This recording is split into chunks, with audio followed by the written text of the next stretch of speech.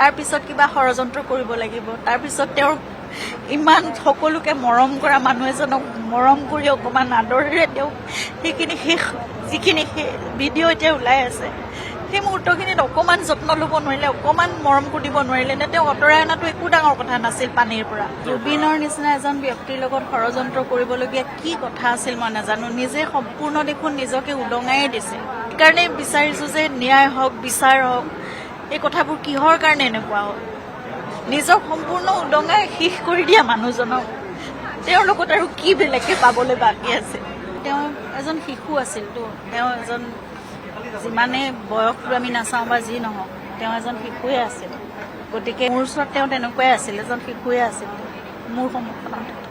তেওঁক মৰমেৰে বুজাব লাগিব, তেওঁক কেনেকৈ ডাইভাৰ্ট কৰি লৈ যাব লাগিব, কেনেকৈ আঁতৰাব লাগিব, কোনটো কৰিব লাগিব, এই বস্তুবোৰ তেওঁক আচলতে অকণমান টেকফুলি কৰিব লাগে, যেনেকৈ সৰু ল'ৰা এটাক যেনেকৈ কৰিব লাগে।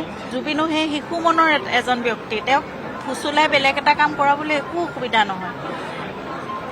লাইফ জেকেট তেওঁ নিপিন্ধো বুলি যদি নিজেও ভাবিছে, তেনেকৈ যাবলৈ দিয়াটো এটা কথা হ'ল নেকি? সেইটো ঠাইখন চিমেট্ৰি, সেইখন ঠাইখনক হণ্টেড জেগা বুলি কয়, তেনেকুৱা এখন ঠাই। আৰু সেই সাগৰৰ পানীখিনিত কিবা এটা আছে তাত, আগতেও বহুত ঘটনা হৈছে, আৰু তাত কি কাৰণে মানুহ এনেকৈ ডুবি যায়, হেৰাই যায়, মৃত্যু হয়, তাৰ কোনো কাৰণ নোলায়। মই এতিয়াও বিশ্বাসেই কৰিব পৰা নাই যে তেওঁৰ অনুপস্থিতি মোৰ জীৱনত।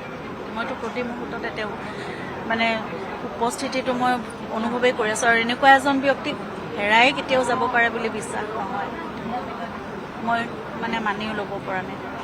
কিন্তু কিছুমান সময়ত যেতিয়া দেখা পাওঁ যে সকলোবোৰ তেওঁৰ কাৰণেই হৈ আছে আয়োজন, যেতিয়া মানে নিজে অনুভৱ কৰিবলগীয়া হয় কঠিন সত্যটো, তেতিয়া কিন্তু মানে সহ্য কৰিবলৈ বৰ অসুবিধা হয়। কিন্তু গোটেই অসমৰ ৰাইজে মোক লগ সংগ দিছে, মোক মৰম দিছে, আদৰ দিছে, তেওঁৰ বাবে প্ৰাৰ্থনা জনাইছে, সেয়াই মোৰ কাৰণে বহুত কি ক'ম, মই কৃতজ্ঞ। তেওঁ এজন শিশু আছিলতো, তেওঁ এজন যিমানে বয়স আমি নাচাওঁ বা যি নহওক, তেওঁ এজন শিশুৱে আছিল। গতিকে মই পত্নীতকৈ বেছি তেওঁৰ বন্ধুও আছিলোঁ সময়ত, তেওঁৰ মাতৃও আছিলোঁ সময়ত। আৰু মোৰ ওচৰত তেওঁ তেনেকুৱাই আছিল, এজন শিশুৱে আছিল মোৰ সন্মুখত আছিল। তেওঁক আচলতে কথাবোৰ এইটো কৰা বুলি ক'লে তেওঁ কেতিয়াও নকৰিছিল। তেওঁক মৰমেৰে বুজাব লাগিব, তেওঁক কেনেকৈ ডাইভাৰ্ট কৰি লৈ যাব লাগিব, কেনেকৈ আঁতৰাব লাগিব, কোনটো কৰিব লাগিব, এই বস্তুবোৰ তেওঁক আচলতে অকণমান টেকফুলি কৰিব লাগে, যেনেকৈ সৰু ল'ৰা এটাক যেনেকৈ কৰিব লাগে, তেনেকুৱা ধৰণেৰে আছিল আচলতে। কিছু ক্ষেত্ৰত মই সেই বস্তুবোৰ বুজি পাইছিলোঁ কাৰণে মই কৰাব পাৰিছিলোঁ চাগে। জুবিনৰ নিচিনা এজন ব্যক্তিৰ লগত ষড়যন্ত্ৰ কৰিবলগীয়া কি কথা আছিল মই নাজানো। নিজে সম্পূৰ্ণ দেখোন নিজকে উদঙায়ে দিছিল। তেওঁ নিজেনো কি ৰাখিছিল নিজৰ প্ৰতি, নিজৰ কাৰণে বা পৰিয়ালটোৰ কাৰণে? তেওঁ দেখোন নিজক সম্পূৰ্ণ উদঙাই দিয়ে এজন ব্যক্তি। তাৰ পিছত কিবা ষড়যন্ত্ৰ কৰিব লাগিব, তাৰ পিছত তেওঁৰ ইমান সকলোকে মৰম কৰা মানুহ এজনক মৰম কৰি অকণমান আদৰেৰে তেওঁক সেইখিনি যিখিনি ভিডিঅ' এতিয়া ওলাই আছে, সেই মুহূৰ্তখিনিত অকণমান যত্ন ল'ব নোৱাৰিলে, অকণমান মৰম কৰিব নোৱাৰিলে নে তেওঁক আঁতৰাই অনাটো একো ডাঙৰ কথা নাছিল পানীৰ পৰা। সেইখিনি কিয় নকৰিলে মই মানে কথাটো বুজি নাপাওঁ।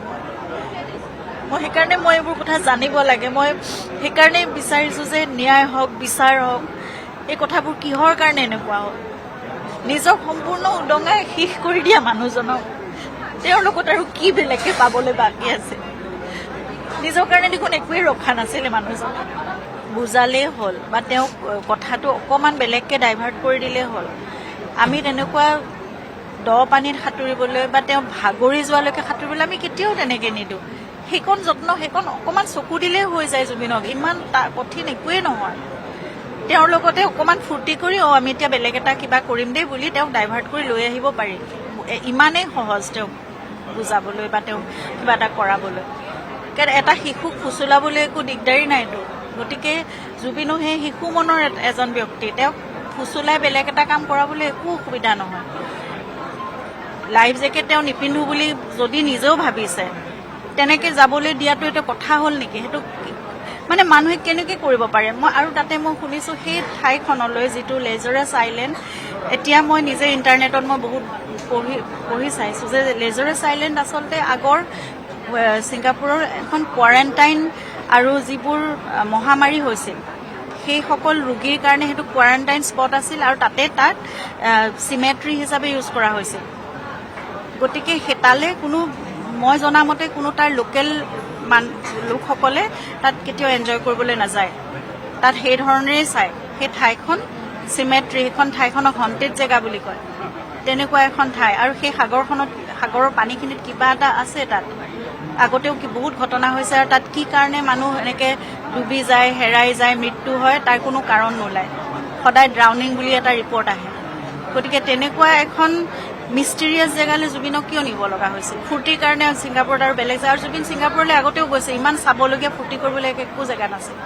জুবিন হোটেলতেই থাকি যদি নিজে থকা হোটেলখনতেই যদি কিবা এটা তেওঁলোকে পাৰ্টি এৰেঞ্জ কৰিলে, গেট টুগেডাৰ এটা এৰেঞ্জ কৰিলেহেঁতেন, তাতেই জুবিন সুখী হ'লহেঁতেন। তেওঁ অনুষ্ঠানৰ কাৰণেহে গৈছিল। গতিকে ইমান ৰং তামচা ফূৰ্তিৰ কোনো কথা নাছিল। জুবিনে শুই ভাল পায়, দিনটো তেওঁ শুই থাকিবলৈ দিলে শুয়ে থাকিলেহেঁতেন। তেওঁক উঠাই লৈ যোৱাৰ কোনো কথাই নাছিল।